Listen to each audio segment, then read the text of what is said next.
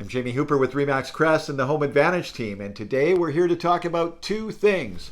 We're going to teach home buyers how to avoid getting into a multiple offer situation, and we're going to review the statistics for the month of May. But before we do that, I'd just like to remind you, if you get any value out of these videos, enjoy them at all, please either just click the thumbs up button, make a comment, or maybe even subscribe to our YouTube channel.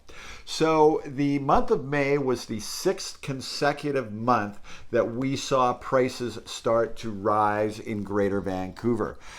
In general, the price of a detached house in the Lower Mainland is up 5.8%. They're all up between 5.7 and 5.9% the last 6 months.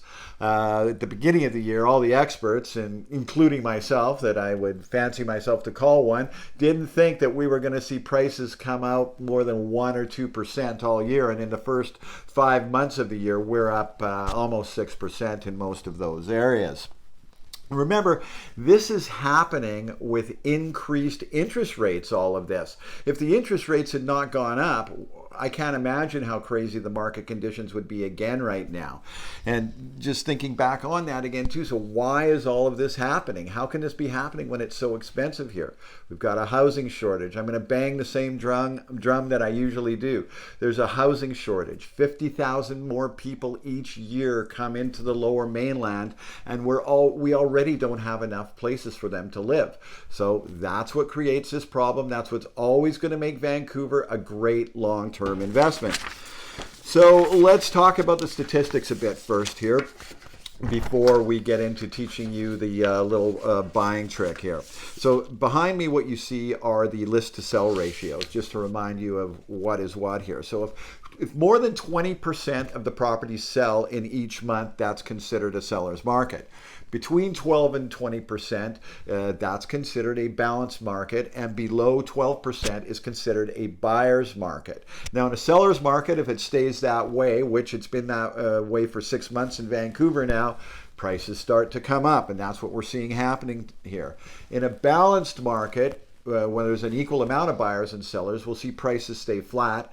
And in a buyer's market, there's way more sellers than there are buyers, we'll see prices decline. So behind us here, you have a look. We look all the list to sell ratios except West Vancouver tell us that they're in extreme seller's market conditions. Then the next column over that says percentage of multiple offers. This is how many, what percentage of the properties that sold with multiple offers. So again, with the exception of West Vancouver, there's some pretty busy market conditions out there. The median days on the market's a little misleading, where it says 9 and 8 days. These houses would probably sell the first or second day on the market, most of them. But what sellers agents do is they hold off to get multiple offers for a week or so, and it kind of distorts this number. And then the percentage of asking price, this is real interesting, percentage of selling price to the asking price is real interesting. The high is the east side at 105%, and the low, West Vancouver at 95%.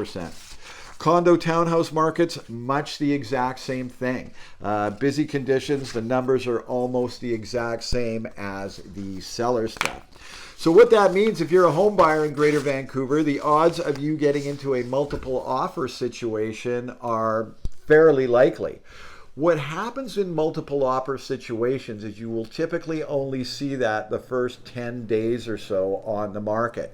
If you haven't gotten multiple offers by then, it typically means one thing: you're overpriced, and it's not going to, your house probably isn't going to sell at the price you're asking for right now, and you're probably going to be on the market a while.